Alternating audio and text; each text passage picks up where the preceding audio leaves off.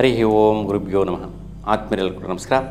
ಆತ್ಮೀಯರೇ, ನಾವೀಗ 2025ರ ಜುಲೈ ತಿಂಗಳಲ್ಲಿ ಸಿಂಹರಾಶಿಯವರಿಗೆ ಗ್ರಹಗಳ ಒಂದು ಚಲನೆ ಬದಲಾವಣೆಯಿಂದ ಏನೆಲ್ಲ ಪ್ರತಿಫಲಗಳು, ಜೀವನದಲ್ಲಿ ಬದಲಾವಣೆಯ ಒಂದು ಅನುಕೂಲಗಳು ಈ ಗ್ರಹಗಳಿಂದ ಉಂಟಾಗತ್ತೆ ಅನ್ನುವಂಥ ವಿಚಾರಗಳನ್ನು ನಾವೀಗ ತಿಳಿಯೋಣ. ನೋಡಿ, ಸಿಂಹರಾಶಿಯವರಿಗೆ 9 ಗ್ರಹಗಳು ಯಾವ ಸ್ಥಾನದಲ್ಲಿ ಸಂಚಾರ ಮಾಡ್ತಾ ಇದೆ, ಯಾವ ಗ್ರಹಗಳು ಬದಲಾಗ್ತಾ ಇದೆ ಅಂತ ನೋಡಿದ್ರೆ, ನೋಡಿ ಮುಖ್ಯವಾಗಿ 3 ಗ್ರಹಗಳ ಬದಲಾವಣೆ. ಸೂರ್ಯ ಮಿಥುನ ರಾಶಿಯಿಂದ ಜುಲೈ 16ನೇ ತಾರೀಕಿಗೆ ಕಟಕ ರಾಶಿಗೆ ಪ್ರವೇಶ ಮಾಡ್ತಾನೆ. ಶುಕ್ರ ಗ್ರಹ ಬಂದು ಜುಲೈ 26ನೇ ತಾರೀಕಿಗೆ ವೃಷಭ ರಾಶಿಯಿಂದ ಮಿಥುನ ರಾಶಿಗೆ ಸಂಚಾರ ಮಾಡುವಂತಹದ್ದು. ಇನ್ನು ಕುಜಗ್ರಹ ಜುಲೈ 28ನೇ ತಾರೀಕಿಗೆ ಸಿಂಹ ರಾಶಿಯಿಂದ, ಅಂದರೆ ನಿಮ್ಮ ರಾಶಿಯಿಂದ ಮುಂದಿನ ರಾಶಿ ಕನ್ಯಾ ರಾಶಿಗೆ ಪ್ರವೇಶ ಮಾಡುವಂತಹದ್ದು ನಾವು ನೋಡ್ತೀವಿ. ಇನ್ನು ಸ್ಥಿರವಾಗಿ ಗುರುಗ್ರಹ ಬಂದು ಮಿಥುನ ರಾಶಿಯಲ್ಲಿ, ಬುಧಗ್ರಹ ಕಟಕ ರಾಶಿಯಲ್ಲಿ, ಕೇತು ಸಿಂಹರಾಶಿಯಲ್ಲಿ ಅಂದರೆ ನಿಮ್ಮ ರಾಶಿಯಲ್ಲಿ ಸ್ಥಿರವಾಗಿ ಸಂಚಾರ ಮಾಡ್ತಾ ಇರ್ತಕ್ಕಂಥದ್ದು. ಕುಂಭರಾಶಿಯಲ್ಲಿ ರಾಹು, ಮೀನ ರಾಶಿಯಲ್ಲಿ ಶನಿಗ್ರಹ ಸಂಚಾರ.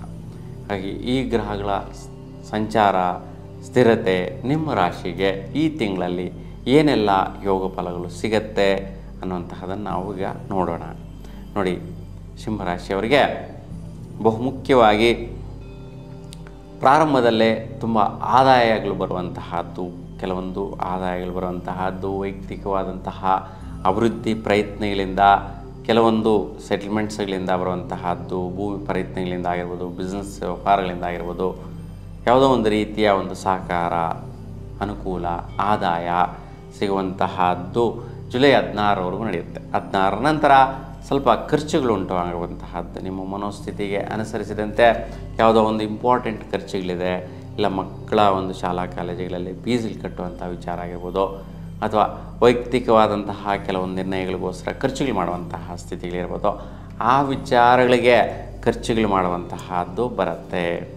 ಇನ್ನು ನಿಮ್ಮ ವೈಯಕ್ತಿಕವಾಗಿ ದೃಢತೆ, ನಿರ್ಧಾರ, ಕೆಲವೊಂದು ಅಭಿಪ್ರಾಯಗಳು, ಮನೆ ಕಡೆಯ ಒಂದು ವ್ಯವಹಾರ ವಿಚಾರಗಳಾಗಿರ್ಬೋದು, ನಿಮ್ಮ ಜೀವನದಲ್ಲಿ ಭಾಗ್ಯ ಪ್ರತಿಫಲಗಳನ್ನು, ಒಂದು ದೊಡ್ಡದಾದಂಥ ಪ್ರಾಜೆಕ್ಟ್ಗಳು, ಅದರಿಂದ ಏನೋ ಸೆಟಲ್ಮೆಂಟ್ ಆಗಿ ಬರುವಂತಹ ಭಾಗ್ಯಗಳಿಂದ ಸೆಟಲ್ಮೆಂಟ್ ವಿಚಾರಗಳಿಗೆ, ಕೆಲವೊಂದು ನಿಮ್ಮದೇ ಆದಂತಹ ಹಠವಾದಂತಹ ಸ್ವಭಾವದ ಮನಸ್ಥಿತಿಗಳಿಗೆ ಸ್ವಲ್ಪ ವ್ಯವಹಾರಗಳು ಉಂಟಾಗುವಂತಹದ್ದು, ಒತ್ತಡಗಳು ಬರುವಂತಹದ್ದು, ರಿವರ್ಸ್ಗಳು ಬರುವಂತಹ ಸಾಧ್ಯತೆಗಳು ಜಾಸ್ತಿ ಇರುತ್ತೆ.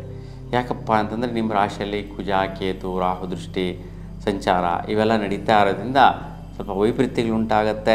ಅದಕ್ಕೆ ನಿಮ್ಮ ವೈಯಕ್ತಿಕವಾಗಿ ನೀವು ಈ ಹಿಂದೆ ನಿಮ್ಮ ಜೀವನದಲ್ಲಿ ಮಾಡಿರ್ತಕ್ಕಂತಹ ಪಾಪಕರ್ಮಗಳು ಏನೆಲ್ಲ ಇರಬಹುದು ಅನ್ನುವಂತಹದ್ದು, ಅಂದರೆ ಶ್ರೀ ಋಣ ಆಗಿರ್ಬೋದು, ಭಾತೃಋಣ ಆಗಿರ್ಬೋದು, ಸಹಜ ಋಣ ಆಗಿರ್ಬೋದು, ಮಾತಾಪಿತೃ ಋಣಗಳಾಗಿರ್ಬೋದು, ಅಥವಾ ಗುರುಗಳ ಋಣ ಆಗಿರ್ಬೋದು, ಅಥವಾ ಈ ಒಂದು ಸರ್ಪದೋಷದ ಪ್ರಭಾವದ ಒಂದು ತೊಂದರೆ ಆಗಿರ್ಬೋದು, ಇವೆಲ್ಲವೂ ಕೂಡ ನಿವಾರಣೆ ಆಗೋದಕ್ಕೋಸ್ಕರ ನಿಮ್ಮ ಜಾತಕಗಳಲ್ಲಿ ಏನಾದರೂ ಸರ್ಪದೋಷ, ಸರ್ಪ ಸಂಸ್ಕಾರ ದೋಷ, ಕಾಲಸರ್ಪದೋಷಗಳಿದ್ದಲ್ಲಿ ಈ ಒಂದು ಸಮಯದಲ್ಲಿ ಅಂದರೆ ಜುಲೈ 28ರ ಒಳಗಡೆ ನೀವು ಒಂದು ದೋಷ ಪರಿಹಾರಗಳು ಮಾಡಿದ್ರೆ, ಇನ್ನು ಜೀವನದಲ್ಲಿ ಮುಂದಿನ ಜೀವನಗಳಲ್ಲಿ ಯಾವುದೇ ರೀತಿಯ ಒಂದು ಪರಿಹಾರ ಬೇಕಾಗಿರೋದಿಲ್ಲ. ಈ ಒಂದು ಪರಿಹಾರ ಆದ ನಂತರ ನಿಮ್ಮ ಜೀವನದಲ್ಲಿ ಬಹಳಷ್ಟು ಚೇತರಿಕೆ, ಅಭಿವೃದ್ಧಿ, ಮನೆ ಕಡೆ ಡೆವಲಪ್ಮೆಂಟ್ಸು, ನಿಮ್ಮ ವೈಯಕ್ತಿಕವಾದಂತಹ ನಿರ್ಣಯಗಳಿಗೆ ಸಕ್ಸಸ್ ಸಿಗುವಂತಹದ್ದು, ಹಠ ಸಾಧನೆ ಪ್ರಯತ್ನಗಳು ಸಕ್ಸಸ್ ಸಿಗುವಂತಹದ್ದು, ಭಾಗ್ಯ ಪ್ರಯತ್ನಗಳೆಲ್ಲವೂ ಕೂಡ ಸಕ್ಸಸ್ ಆಗುವಂತಹದ್ದು, ಈ ಒಂದು ದೋಷ ಪರಿಹಾರಗಳ ನಿವಾರಣೆ ಆಗುತ್ತೆ. ಅದಕ್ಕೆ ಈ ಒಂದು ವೈಪರೀತ್ಯಗಳಿಗೆ ಕಾಲಹಸ್ತಿಯಲ್ಲಿ ರಾಹುಕೇತು ಶಾಂತಿ, ಶ್ರೀ ಕುಕ್ಕೆ ಸುಬ್ರಹ್ಮಣ್ಯದಲ್ಲಿ ಸರ್ಪ ಸಂಸ್ಕಾರ ಶಾಂತಿ ಮಾಡಿ, ಇಲ್ಲ ನಿಮ್ಮ ಹತ್ತಿರದ ಒಂದು ನಾಗದೇವರುಗಳಿಗೆ ಈ ಒಂದು ತಿಂಗಳಲ್ಲಿ 7 ದಿನ ಅಥವಾ 21 ದಿನಗಳ ಕಾಲ ನೀವು ನಾಗದೇವತಾ ಆರಾಧನೆ, ಪೂಜೆ ಮಾಡಿದ್ರೆ ಶ್ರೇಷ್ಠವಾದ ಫಲಗಳನ್ನ ನೀವು ಪಡೆಯಬಹುದಾಗಿರುತ್ತೆ. ಈ ಒಂದು ವಿಚಾರ ಬಹುಮುಖ್ಯವಾಗಿ ಇಂಪಾರ್ಟೆಂಟ್ ಆಗಿರುತ್ತೆ. ಇನ್ನು ಸ್ವಲ್ಪ ಖರ್ಚುಗಳ ವಿಚಾರ, ಅಂದರೆ ಹಣಕಾಸಿನ ವ್ಯವಹಾರ ವಿಚಾರಗಳಿಗೋಸ್ಕರ ಆದಾಯಗಳನ್ನು ಪಡೆಯುವ ವಿಚಾರದಲ್ಲಾಗಿರ್ಬೋದು, ನಿಮ್ಮ ಒಂದು ಜೀವನದಲ್ಲಿ ಫ್ಯಾಮಿಲಿಗೋಸ್ಕರ, ಕುಟುಂಬಗೋಸ್ಕರ ಖರ್ಚುಗಳು ಬರುವಂತಹ ಸಾಧ್ಯತೆ ಇರುತ್ತೆ. ಅದು ತೊಂದರೆ ಏನಿಲ್ಲ, ಒಳ್ಳೆಯ ರೀತಿ ಇರುತ್ತೆ. ಇನ್ನು ಆದಾಯಗಳು ಗಳಿಸುವ ವಿಚಾರದಲ್ಲಿ ಒಂದು ಸ್ವಲ್ಪ ಆರೋಗ್ಯದ ಒಂದು ಸದೃಢತೆ ಆಗುವಂಥದ್ದು. ಯಾಕೆಂದರೆ ಈ ಹಿಂದೆ ಸ್ವಲ್ಪ ಥ್ರೋಟ್ ಸಮಸ್ಯೆ, ಗಂಟಲು ಸಮಸ್ಯೆ, ಶೀತಬಾಧೆ, ಅಲರ್ಜಿಗಳು ಬಂದಿರತಕ್ಕಂತಹದ್ದಾಗಿರ್ಬೋದು. ಮತ್ತು ವಿದ್ಯಾರ್ಥಿಗಳಿಗೆ ತುಂಬ ಉತ್ತಮವಾದಂತಹ ಸ್ಥಾನಮಾನಗಳು, ಅವಕಾಶಗಳು ಎಲ್ಲ ಶಾಲಾ ಕಾಲೇಜಲ್ಲಿ ಸಿಗುವಂತಹದ್ದು. ಮತ್ತು ಅಬ್ರಾಡ್ಗೆ ಹೋಗಿ ಓದುವಂತಹವರಿಗೆಲ್ಲ ಕೂಡ ಉನ್ನತವಾದಂತಹ ವ್ಯಾಸಂಗಗಳು ಸಿಗುವಂತಹದ್ದು. ಯಾರೆಲ್ಲ ರಾಜಕೀಯ ನೇತರಿದ್ದಾರೆ ಮತ್ತು ಯಾರೆಲ್ಲ ಒಂದು ಧರ್ಮ ಕಾರ್ಯಗಳನ್ನು ನಿರ್ವಹಿಸ್ತಾ ಇರ್ತಕ್ಕಂತಹ ಅವರು ಇದ್ದೀರಾ, ಅಂತಹ ಅವ್ರಿಗೆಲ್ರಿಗೂ ಕೂಡ ತುಂಬಾ ಶುಭದಾಯಕವಾದ ಫಲ, ಆದಾಯ ಫಲಗಳು ಸಿಗುತ್ತೆ. ಒಂದು ಶ್ರೇಷ್ಠವಾದಂತಹ ಒಂದು ರೀತಿಯ ಅನುಕೂಲಗಳನ್ನ ನೋಡ್ಬೋದಾಗಿರುತ್ತೆ. ಇನ್ನು ವಿಶೇಷವಾಗಿ ಲಾಭಗಳನ್ನು ಗಳಿಸುವಂಥದ್ದು ವೃತ್ತಿಯಿಂದ ಲಾಭದಾಯಕ ಫಲ. ವೃತ್ತಿಯಲ್ಲಿ ಸ್ವಲ್ಪ ಬಡ್ತಿ ಸಿಗುವಂತಹದ್ದು, ಹಣಕಾಸಿನ ಒಂದು ವ್ಯವಹಾರ ಉಂಟಾಗುವಂಥದ್ದು, ಯಾವುದೋ ಒಂದು ವೃತ್ತಿಯಲ್ಲಿ ಧನಾಗಮಗಳು ಬರುವಂತಹ ಸಾಧ್ಯತೆಗಳು ಚೆನ್ನಾಗಿರುತ್ತೆ. ಇನ್ನು ಲಾಭದಾಯಕವಾದ ಪ್ರತಿಫಲಗಳು ಜುಲೈ 26ರ ನಂತರ ಬರುತ್ತೆ. ದೊಡ್ಡ ಮೊತ್ತದ ಆದಾಯಗಳು ಗಳಿಸುವಂಥ ಅವಕಾಶಗಳು ನಿಮ್ಮ ರಾಶಿಯವರಿಗೆ ಸಿಗುತ್ತೆ. ಇನ್ನು ಆರೋಗ್ಯ ವಿಚಾರ ಸ್ವಲ್ಪ ಸುಸ್ತು, ಆಯಾಸ, ಬ್ಯಾಕ್ ಪೇಯ್ನ್ ಬರುವಂಥ ಸಾಧ್ಯತೆಗಳಿರುತ್ತೆ. ಸ್ವಲ್ಪ ಶನಿ ದರ್ಶನ ಮಾಡಿ ಸುಫಲ ಪಡಿಬೋದಾಗಿರುತ್ತೆ.